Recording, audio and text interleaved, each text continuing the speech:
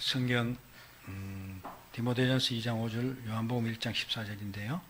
요한복음 1장부터 먼저 봅시다. 요한복음 1장 14절. 우리 잘 아는 성경 구절입니다. 한 목소리로 같이 읽습니다. 말씀이 육신이 되어 우리 가운데 가심에 우리가 그의 영광을 보니 아버지의 독생자의 영광이요 은혜와 진리가 충만하더라. 다음 디모데전서 2장 5절 같이 봅니다. 하나님은 한 분이시요 또 하나님과 사람 사이의 중보자도 한 분이시니 그 사람의 신 그리스도 예수라. 아멘. 기도하겠습니다. 지난주는 하나님께서 죄로 말미암아 비참한 처지에 빠진 인간들을 구원하시기 위해서 그 인간의 어떤 부분을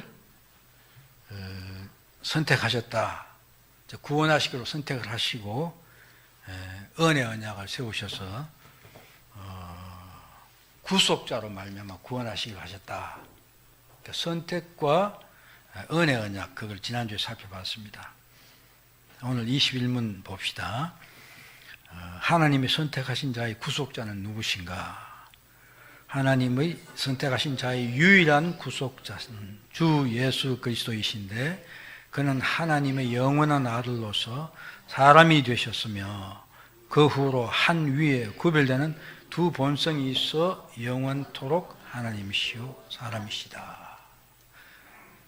지난주에 또 연결돼서 그러면 하나님께서 구속자를 세워서 은혜 언약으로 우리를 구원하신다고 그랬는데 오늘 구속자는 누구냐 하니 오늘 알아볼 내용입니다. 구속주가 누구냐? 세상에 많은 종교들이 있습니다. 그렇죠? 종교들이 있고 또 종교들은 나름대로 구원의 길이 다 있습니다. 그렇죠? 근데 그 사람들은 그들 종교에 있는 구원의 길을 하지만은 사실은 그것은 아니다는 것입니다. 구원의 길이 아니다. 왜냐하면 그렇죠? 하나님께서 선택하신 인간을 구원하시기 위한 길을 주셨는데 그것은 오직 예수 그리스도를 통해서만 하나님 택하신 자를 구원하신다 이겁니다. 오늘 읽은 디모데전서 2장 5절에도 중보자는 오직 한 분이고 예수인데 그분은 사람이다 이런 말을 했는데요.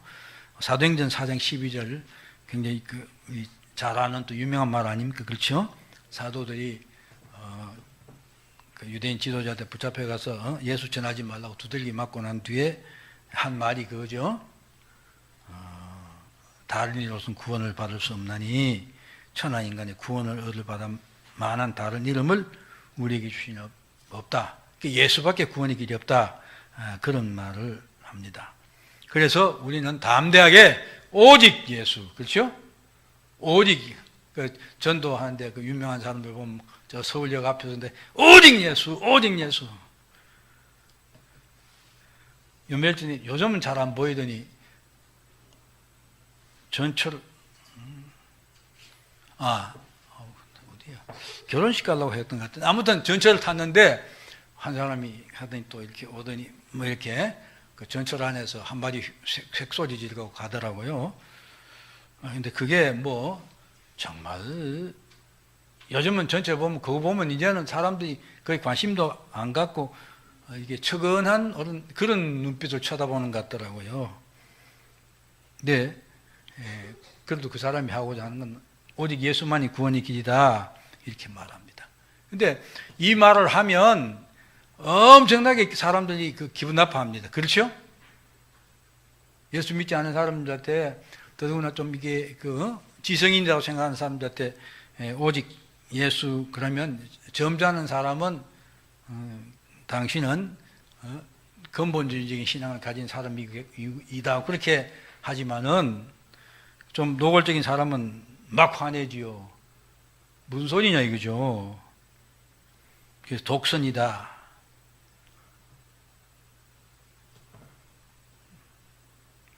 막 화를 냅니다. 지금 제 남자 동생 막내가 저보다 딱 10살 아래예요.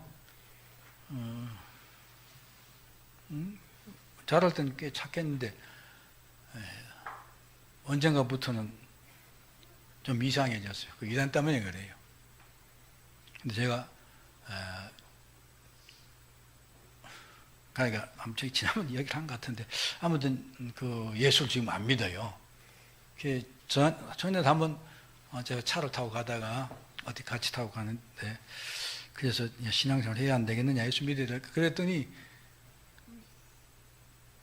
막 화를 내는 거예요. 가의 입장에 그럴 수도 있어요. 큰 형은 목사고 둘째 형은 중이니까 그렇죠.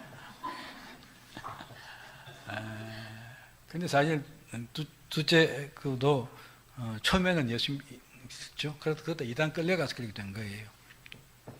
네, 막 화를 내요. 근데 우리 막내 남동생의 그 가족들은 기독교인들이에요. 부인도 그렇고 원래 그렇게 관련되었던 사람들이니까 그렇게 된 거죠.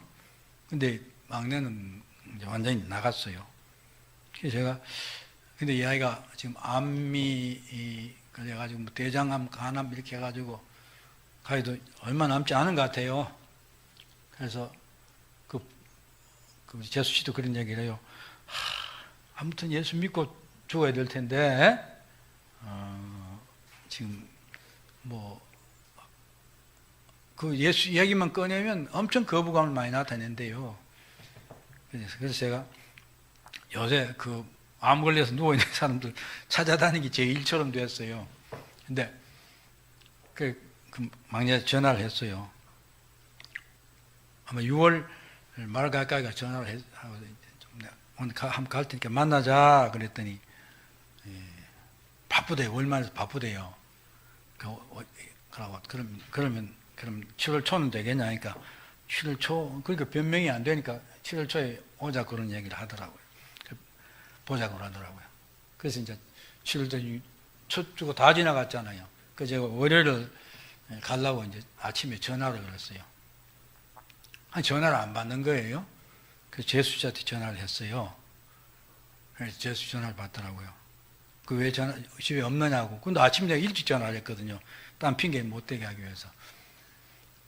7시쯤에 전화했는데 지금 집에 있습니다. 일부러 전화를 안 받는다 이거죠. 왜 그러냐고 그랬더니 동생이 그런 이야기 하더래요. 이제 형님 온다고 그러는데 오면 예수 믿어라 하라 한다 이거죠. 그래서 그게 듣기 싫다, 만나기 싫다는 거예요. 저를 안 보겠다, 안 만나겠다 그런 이야기를 하더라고요. 그래서 전화를 안 받는 거예요. 아직 때가 안 된 건지 하나님이 버리시는지 모르겠어요. 그래서 알았다고 그러는데 기도 더 하고 가마 하고 그런데 그 가인은 예수 믿으라는 그 말 자체도 그냥 노골적으로 화를 내요. 그래서 어떻게 말이야 예수 믿어야만 구원받냐 이거지. 불교도 있고 뭐도 있지 않냐 그런 얘기를 하는데 사실 그렇습니다. 화를 내는 사람들이 많이 있습니다. 그러면서 뭐 독선이다 이런 이야기들 하고 합니다. 왜? 그 사람들은 하나님의 권위를 인정하지 않기 때문에 그래요. 그렇죠? 자기 판단이죠. 인간적인 생각이죠. 인간의 생각으로는 기독교나 불교가 똑같을 수 있어요. 그렇죠? 사실은 그건 사단이 하는 짓이고 인간이 그렇게 판단하고 인간들의 역사가 그렇지 않습니까? 우리 창세기 6장 5절 말씀이죠. 하나님 보시니까 사람이 마음으로 생각하고 계획하는 모든 것이 약하다 이거죠. 인간은 그렇게 됐어요. 그래서 에레미야서 17장에 그러죠. 만물보다 부패되고 타락한 것은 인간의 마음이다. 그렇습니다. 근본적으로 인간은 하나님을 거역하고 하나님을 대적합니다. 그래서 그게 좀 막 무식하게 하는 사람들은 그렇게 노골적으로 그렇게 막 하고 조금 뭐 아는 척 하는 사람들은 이제 논리를 내세워서 그런 이야기를 하죠. 근데 그것 아주 딱 근본은 간단해요. 내 판단이, 그렇죠? 어떻게 우리가 예수 믿는 것이 그건 네 생각일 뿐이고 내 생각은 안 그렇다 이거죠. 그러니까 우리가 예수 믿는 것이 인간의 생각이다 그렇게 생각하는 것이죠. 제가 주변에 아무튼 제 손이 동서가 있는데 그것도 이야기했을 겁니다. 천주교인. 그래서 이제 그 지금 간암 때문에 뭐 수술하고 뭐 또 팔을 또 수술하고 뭐 그런데요. 이제 본인도 이제 만나면 내가 삶을 정리해야 되겠구나 하는 그런 게 뭐 말 속에 다 나타나요. 그렇게 하고 있어요. 그러면서 이제 뭐 죽어도 그래서 제가 신앙 문제를 딱 꺼내면 왜 그 젊을 때 이제 가까이 살고 할 때 교회도 데려가고 막 그랬어요. 그러다가 어떻게 된 건지 제 조카가 큰아들이 좀 몰랐는데 천주교인이 돼가지고 자기 가족들 다 천주교를 데리고 왔어요. 그 엄마 아빠를. 제가 그 소리를 듣고 얼마나 화도 나고. 그래서 제가 금요일입니까? 만나서 이제 제가 또 안산 갔어요. 가져가고요. 사무실에 앉아가지고 그래 뭐 다 좋다 이거야. 그래 이제 그쪽으로 내가 정리한다고 그러는데 그걸로 끝이냐? 내가 물었어요. 끝이다 이거예요. 그럼 죽으면 없어지는 거냐? 그 뭐 우물우물 하더라고요. 그래서 제가 그랬어요. 기독교에 제대로 신앙 안 가진 걸 제가 아니까 그 처형도 걷고 그랬으니까. 근데 천주교를 바꿨다. 그거 좋다 이거지. 천주교에서 그러면 죽음의 문제는 확실히 정리해야 될 것 아니냐. 그러니까 나보고 한데 무슨 그 사람들 천주교 그런 뭐 하라는 건 많잖아요. 무슨 기도문을 이제 한다고 말이죠. 뭐 그런 이야기를 하더라고. 기도하는 게 중요한 게 아니잖냐.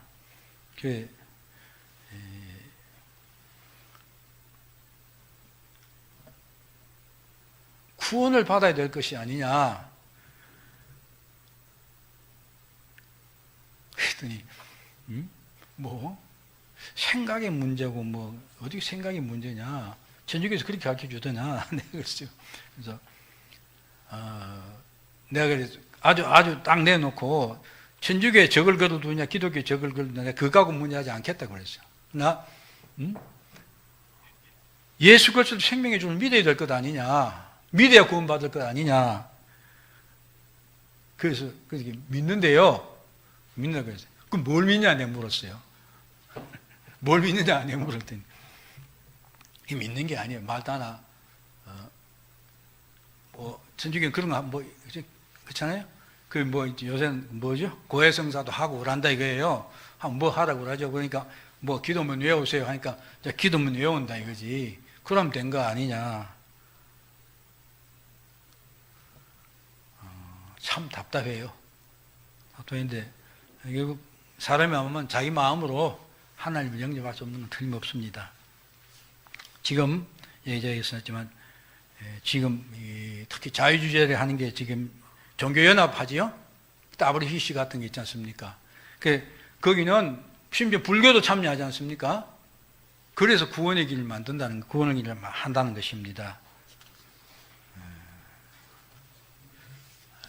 그런가 하면 우리한테 다원주의자들은 그렇죠? 모든 종교의 궁극은 같다는 것이죠. 불교를 위해서 극락가고 그 불교 사실 교리 모르고 한 소리인데 아무튼 극락가고 예수 믿음 가고 그것 좀 뭡니까? 무슬림들은 요새 자살 폭탄가 죽지 않습니까? 그렇게 하면 하늘나라에 가는데 거기 가면 이 땅에 살 때는 별로 못 살았지만 거기 가면 막 할렘이 있는 거죠. 부인을 막 몇십 명이 거느리고 그래 산대요. 그게 천국하면 그렇게 좋대요. 그렇게 좋을까요? 그런데 그 끝은 다 같다는 거예요. 사실은 이건 말도 안 되는 이야기죠. 그러니까 하나님을, 소위 우리 주권자인 하나님을 부정하니까 이런 말이 가능한 것입니다.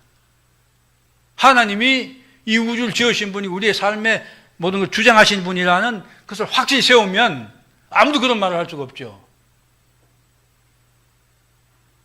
사실은 자기 생각이죠. 자기 주장이죠. 그걸 가지고 구원받는다 그런 이야기를 합니다. 그건 다 사단에서 나온 것이죠. 요한계시록 말도 거짓 선지자, 거짓 교사들이 하는 일들입니다. 우리가 고백하는 대로 하나님이 택하신 자들 구원하시기 위해 주신 구속자, 그죠? 구속자를 통해 우리 구원하신데 그 구속자는 누구냐? 오직 예수 그리스도입니다. 오직 예수입니다. 자, 그래서 이제 오늘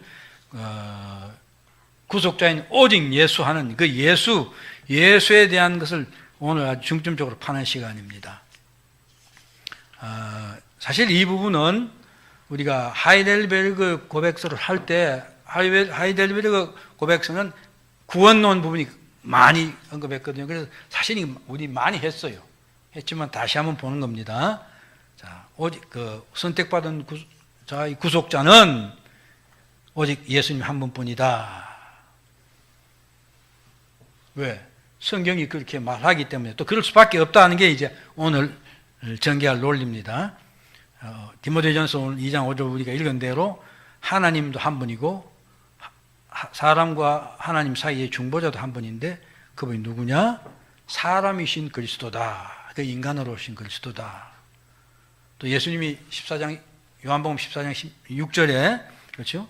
내가 곧 길이요 진리요 생명이니 나로 말미암지 않고는 아버지께로 올 자가 없다. 즉 하나님께로 갈 수 있는 사람, 구원받는 사람, 천국 받는 길은 오직 예수다. 예수님 자신이 하신 말씀이죠. 그래서 그분의 이름도 예수입니다. 그의 백성, 자기 백성을 자기 주에서 구원할 자다. 마가복음 1장 21절에 천사가 요셉에게 한 말이죠. 자, 성경이 그렇게 말했는데 왜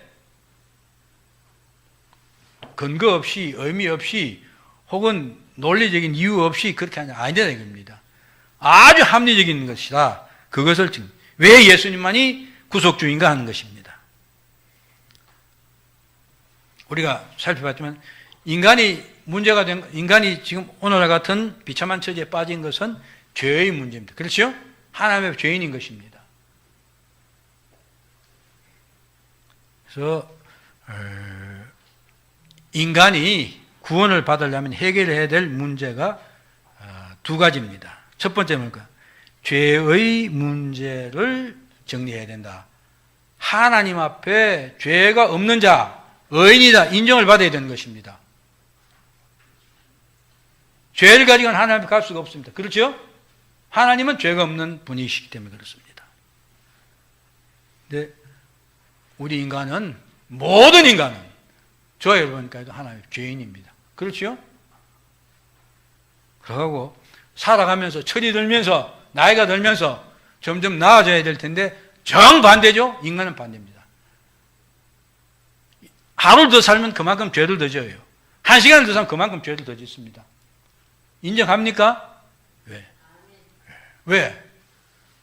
생각하는 것이 근본적으로 악하기 때문에 그렇습니다. 죄가 뭡니까? 하나님의 명령을 어기는 것, 하나님의 법을 어기는 것, 그게 죄입니다. 우리는 정말 안타깝게도 그렇게 안 하려고 노력하고 기도하고 우리가 하나님께 순종하기 위해서 애를 쓰면서도 자꾸 이렇게 됩니다. 그 다음 두 번째 문제는 뭐냐면 죄가 있기 때문에 그 죄값을 치러야 된다는 것이에요. 이게 하나님의 공의죠. 반드시 어떤 처벌을 받아야 되는 것입니다. 근데 하나님의 진노가 너무 크기 때문에 어떤 인간도 하나님의 영원한 진노를 감당할 수 없다. 이거 우리 하이델베르크에서 이미 살펴본 내용입니다.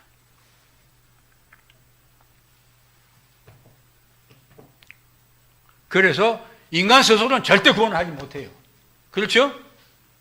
그래서 오늘 구속자는 성경 디모데전서 2장 5절에 있는 것처럼 하나님과 우리 사이에서 그 문제를 중재해줄 중보자가 필요한데,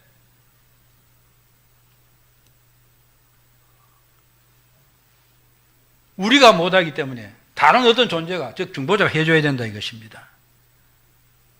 근데 아무튼 누가 되든지 간에 내 스스로든 중보자가 있었든 간에 구원을 받으려면, 우리의 죄의 문제를 해결하려고 그러면 죄가 없는 인간이어야 된다는 것이에요. 그 첫 번째 조건입니다. 우리 하이델베르크에 살펴봤죠.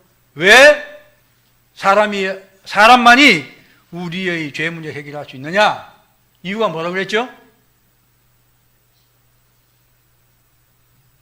이거 제가 아주 심각하게 주고받고 한 이야기입니다. 왜 사람만이 죄의 문제를 해결할 수 있느냐? 하나님은 죄인에게 뭘 선언하십니까? 죽음을 선언하셨어요. 그렇죠? 그러니까 우리 생명이 이미 죽은 것입니다. 그 문제를 해결하기 위해서는 생명이 필요해요. 생명이 필요한 것입니다.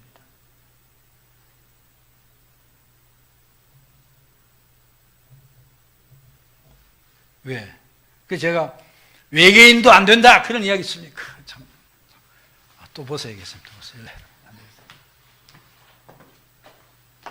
우리의 죄를 해결할 수 있는 인간이 필요한데, 우리의 생명, 인간의 생명이 덩가지고 값이 치러져야만이, 누가 내 대신 죄를 감당해줘, 내 죄를 감당해줘야만이 살릴 수 있습니다. 그렇기 때문에 우주에 하나님이 저 다른 세상에 똑같은 죄 없는 인간을 만들어 놨다고 손치더라도 그 인간이 와서 우리 죄를 갚을 수 없다는 것이에요.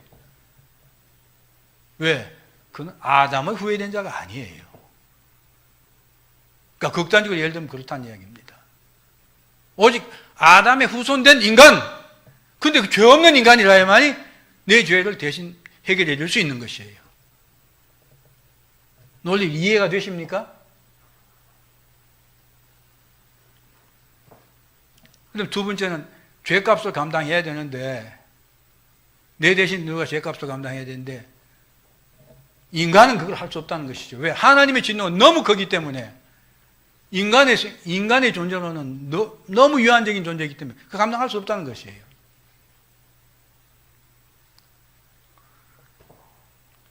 하나님만이 하나님의 진노를, 분노를 제대로 감당할 수 있다는 것이에요. 그래서 인간을 죄에서 구원해낼 자, 구속할 자라는 어떤 존재여야 되느냐? 죄가 없는 인간, 그게 조건이 첫 번째예요. 그렇죠? 그래야 그 인간이 생명을 내 대신 치러주고 내가 죄 없다, 용서받을 수 있다 이것이죠. 그런데 그 인간이 하나님의 분노를, 진노를 감당할 수 있는 능력이 있어야 되는 거예요.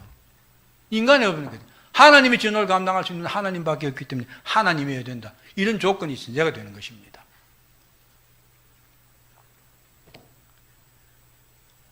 하나님이시면서, 그래서 하나님 진노를 감당할 수 있는 능력을 가진, 그러면서 죄가 없는 인간, 그분은 오직 예수 그리스도밖에 없는 것입니다. 그래서 하나님께서 그렇게 말씀하셨고, 예수 그리스도 외에는 하나님께서 우리의 죄를 구속할 자로 어떤 인간도 존재할 수 없게 하셨다. 할 수가 없죠. 그렇게 말한 것입니다. 예수 그리스도는 우리가 앞에서 이제 삼위일체 살펴볼 때 했지만은 그분은 참 신성을 가지고 참 하나님이시고 참 인간이시다. 그러니까 그런 존재는 예수 그리스도 외에는 있을 수가 없는 것이에요. 모르겠습니다. 만약 성령 하나님이 그렇게 하신다면 그건 가능할지도 모르겠고, 성부 하나님이 하신다면 가능하겠죠.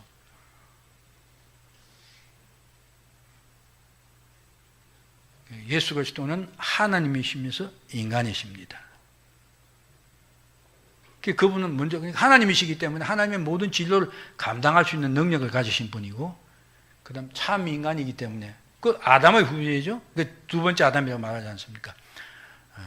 인간들의 본질을 취하기 위해서 동정녀에게서 탄생을 하시는 것입니다. 그분은 참 인간이십니다. 그러나 그분은 죄와 관계가 없는 분이 되어야 되기 때문에 성령으로 잉태하시고 남자를 통해서 난 게 아니다 이것입니다. 그래서 원죄의 영향을 받지 않으셨습니다. 뿐만 아니라 그분은 인간으로 오셔서 보통 평범한 인간이 사는 삶을 사셨습니다. 그렇지만 그분은 하나님께서 요구하시는 율법의 요구를 다 수행하셨어요. 그래서 하나님이 요구하시는 의를 다 이루신 분입니다. 그래서 그분은 죄가 없는 분입니다. 원죄의 영향을 받지 않으시고 본인이 죄를 짓지 않으셨다. 그래서 히브리서 4장 15절 그러죠. 우리와 같이 시험을 받으신 분이로되 죄는 없다. 분명히 그렇게 말한 것입니다. 그렇기 때문에 예수 그리스도만이 우리를 구속하신 유일한 중보자요 구속자가 될 수 있는 것입니다. 다른 종교에 아니면 다른 종교뿐만 아니라 그 어떤 곳에도 그런 존재는 있을 수가 없어요. 예수 그리스도 외에는. 그렇죠? 그렇기 때문에 세상 누가 여기에 구원의 길이 있다 우리 이단들 성경은 심지어는 어머니 하나님도 있고 별게 다 있지요. 그것들은 절대로 그 문제 될 수 없어요.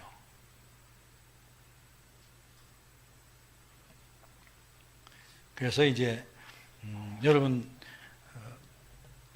오직 예수 그리스도만이 우리의 구원자가 될 수 있다는 걸 확실히 여러분들이 믿을 뿐만 아니라 왜 그럴 수밖에 없다는 이 논리를 갖고 있어야 돼요. 그렇죠? 하나님이 아니면 하나님 진리로 감당할 수 없다. 우리를 대신해서. 인간이 아니면 우리를 위해서 대신 대속을 할 수 없다 하는 그것 때문에 그렇습니다. 자, 그 다음 그리스도의 특수한 두 가지 성품. 성품 자체가 특수하다는 것이 아니라 예수님이 그렇게 특수한 두 가지 성품을 가진 특수한 분이다 하는 그런 이야기죠.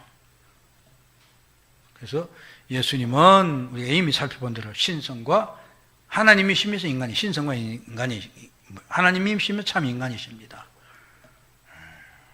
성경은 예수 그리스도는 하나님이라고 분명히 말합니다.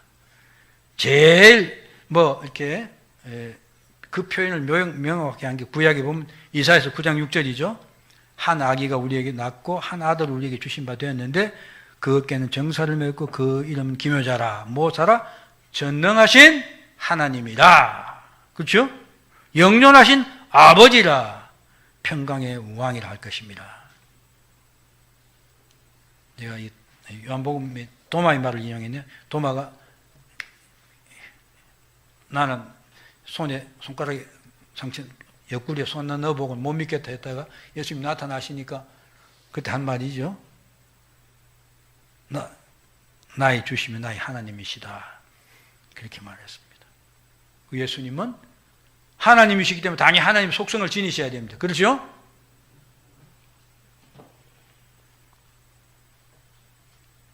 그래서 그게 눈으로 나타난 것이 그분이 이 땅에 오셔서 한 사역들이 하나님이 아니면 할 수 없는 일들을 많이 하셨습니다. 그렇죠?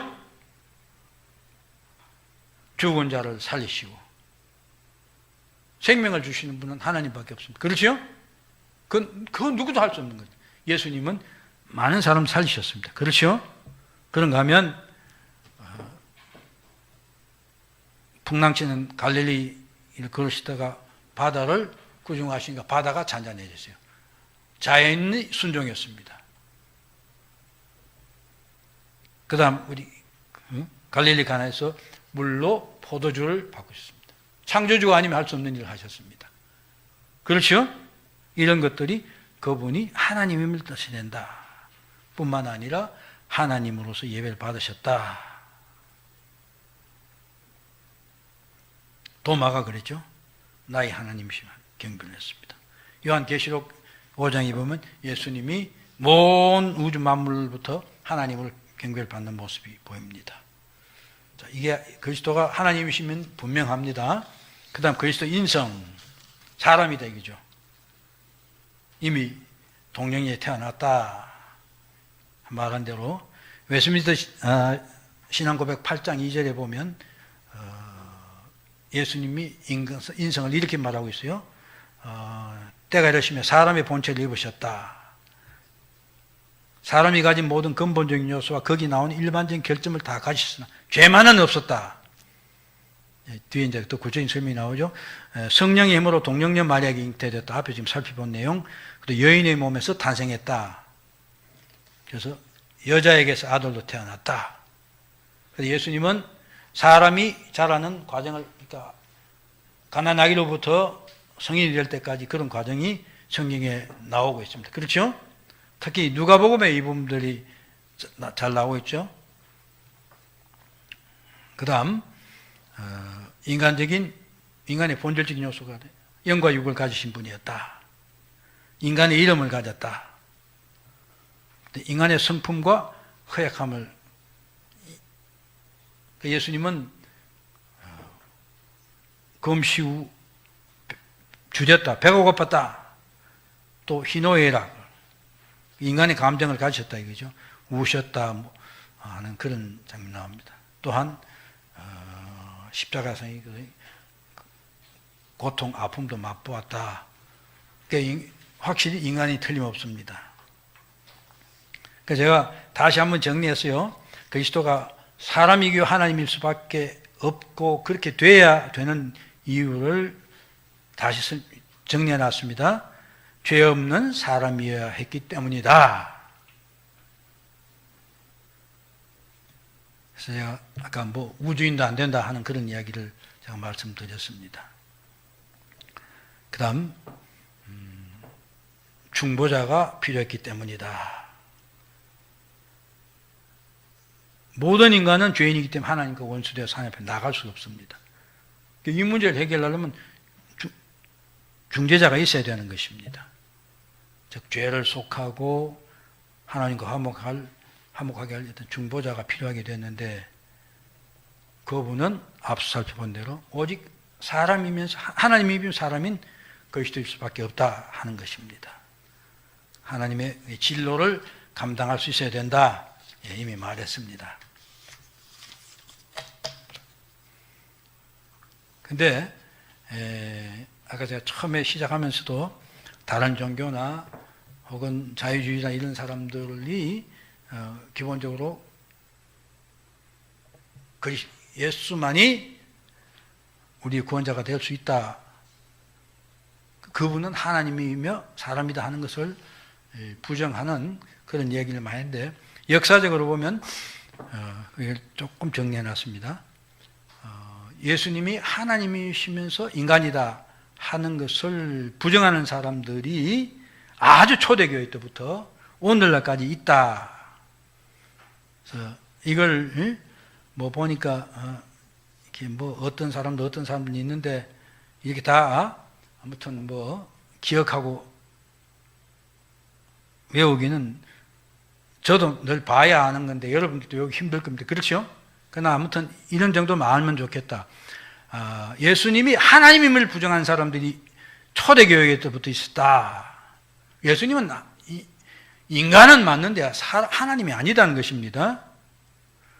기독교 초기에도 이렇게 에비온파, 알로기파, 그 다음에 종교개혁시는 소시니안파, 그 다음에 현대에 와서 18세기 이후에 유니테리안, 또 자유주의자.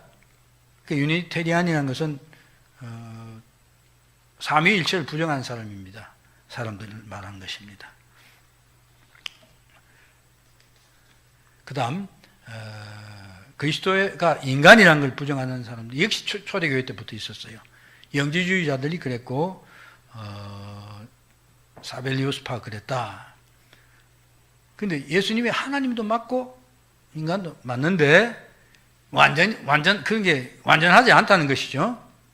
그래서 아리우스는 그리스도는 창조된 존재로 하나님도 인간도 아니다.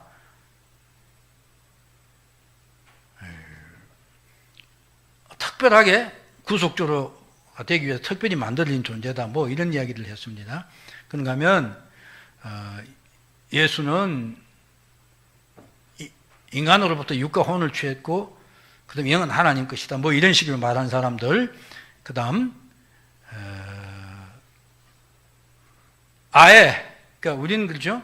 하나님과 하나님의 신격과 우리 인간은 그것이 예수 그리스도의 완전히 통일된 하나로 있다고 그러는데 이 사람들은 두 존재가 있다는 것이에요. 이렇게 되면 충돌이 돼서 문제가 안 되죠.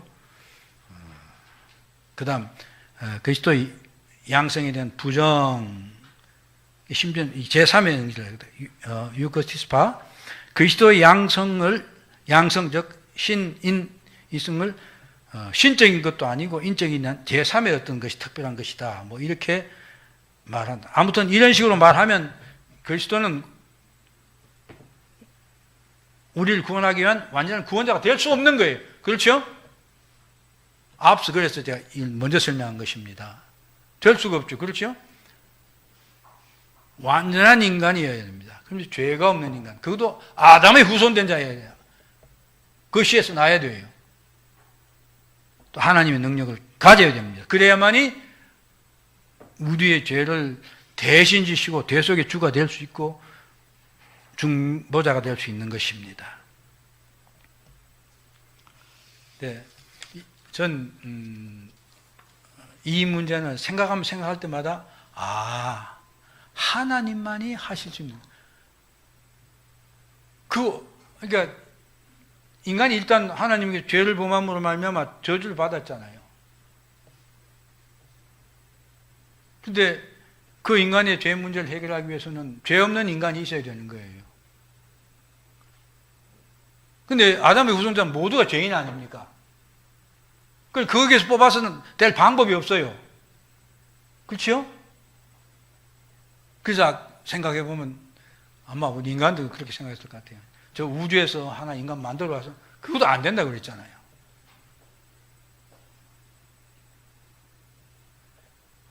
근데 인간을 데리고 그런 인간이 가상에서 있다 손치더라도 그 인간의 능력 갖고는 하나님의 진노를 감당할 수가 없다 이거예요.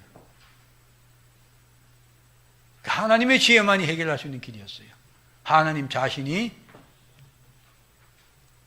인간의 몸을 입고 오셔서 하나님의 진노도 감당할 수 있고 죄의 문제를 해결할 수 있는 그 죄의 문제를 해결하기 위해서 동령녀 탄생이라는 방식을 택했던 것입니다. 놀라운 하나님의 지혜일 뿐만 아니라 놀라운 하나님의 은혜입니다.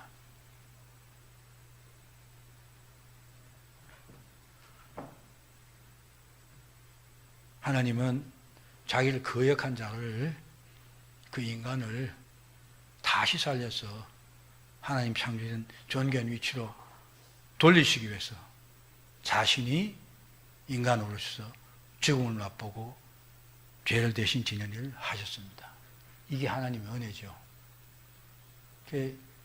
묵상할수록 정말 하나님의 지혜는 놀라우신 분이구나 하는 인정하지 않았을 뿐만 아니라 이 하나님의 은혜가 정말로 얼마나 큰지 아까 우리 찬송에도 했습니까?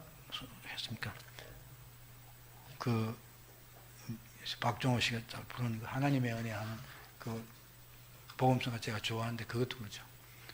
갚을 길 없는 은혜. 우리는 그런 은혜를 받고 하나님의 백성된 자들입니다.